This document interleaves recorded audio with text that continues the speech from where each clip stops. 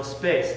But if I tuck in the belly, engage Uddiyana Bandha inward and upward, then I have the space to twist into a pose.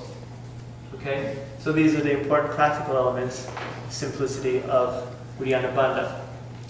From an energetic standpoint, this is the key to what I was talking about before, that makes us light and float, gives us that levitating energy in the practice, both standing poses and seated poses.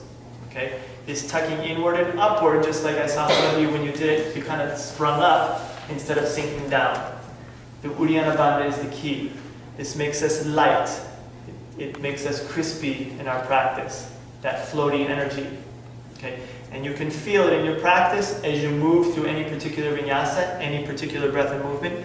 And you can feel it when you're in the state of the asana, in a seated forward bend or a standing pose, by bringing your awareness to that Uddiyana Bandha.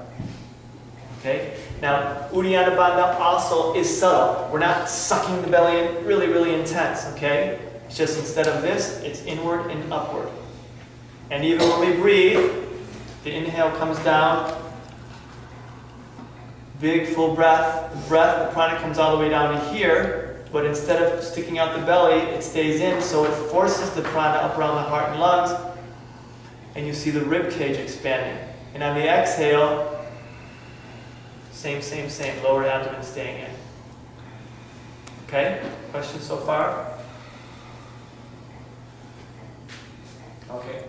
And then Jalandhara Bandha, as I said, happening in the practice, but with the breath movement.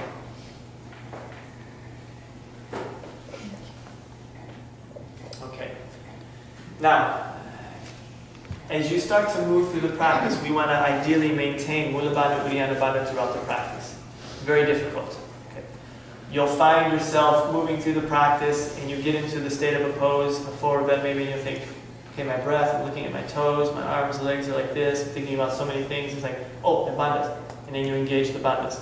You stay there for 5 breaths, and then you start to move. You jump back, you twist, and you're standing to the other side, and then you get to the other side, and you're like, oh, my bandhas again. I didn't realize I lost them. This will continue to happen.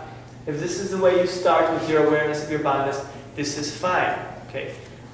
Eventually, you'll start to maintain the awareness a little bit more as you start to move, till the point where you can eventually maintain the awareness of the bandhas throughout the practice. Okay. Patabi Joy's son said to me, he goes, Mula Bandha always practicing, no practicing Mula Bandha. Only bathroom going Mula Bandha is stopping.